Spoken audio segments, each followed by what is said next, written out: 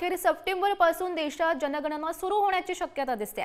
जनगणना पूर्ण होण्याआधी 2 वर्षाच्या कालावधीचा अंदाज आहे। जातनिहाय जनगणनेबाबत अद्याप स्पष्टता नाहीये। 2021 ची अपेक्षित जनगणना अद्याप झाली नसल्याने सरकारवर टीका झालेली होती आणि सरकारकडून जनगणनेची अद्याप अधिकृत घोषणा नसल्याचं पाहायला मिळते। महत्त्वाची बातमी आपण सध्या पाहू शकतोय। तर या संदर्भात अधिकची माहिती जाणून घेऊयात। आमचे प्रतिनिधी जितेंद्र शिंगाडे सध्या आपल्या सोबत आहेत। जितेंद्र, काय अधिकची माहिती आहे या संदर्भातली?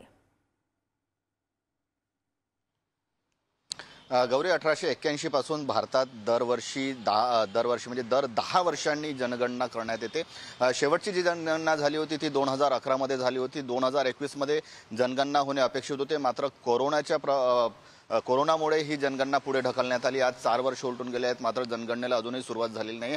अशात आता सप्टेंबर पासून जनगणना सुरू होण्याची शक्यता आहे, मात्र सरकारकडून तसा कुठलाही दुजोरा मिळालेला नाही। मात्र जनगणना करणे आवश्यकही आहे, कारण जी जनगणना आहे 2011 ची त्यावेळेस 121 कोटीहून अधिक लोकसंख्या भारताची असल्याचं समोर आलेलं होतं। जर देशाच्या आर्थिक घडी, विविध योजना, सरकारी धोरणं हे सर्व काही जनगणनेवर आधारित असतात आणि ती धोरणं निश्चित करण्यासाठी जनगणना करणे दर 10 वर्षांनी आवश्यक असते।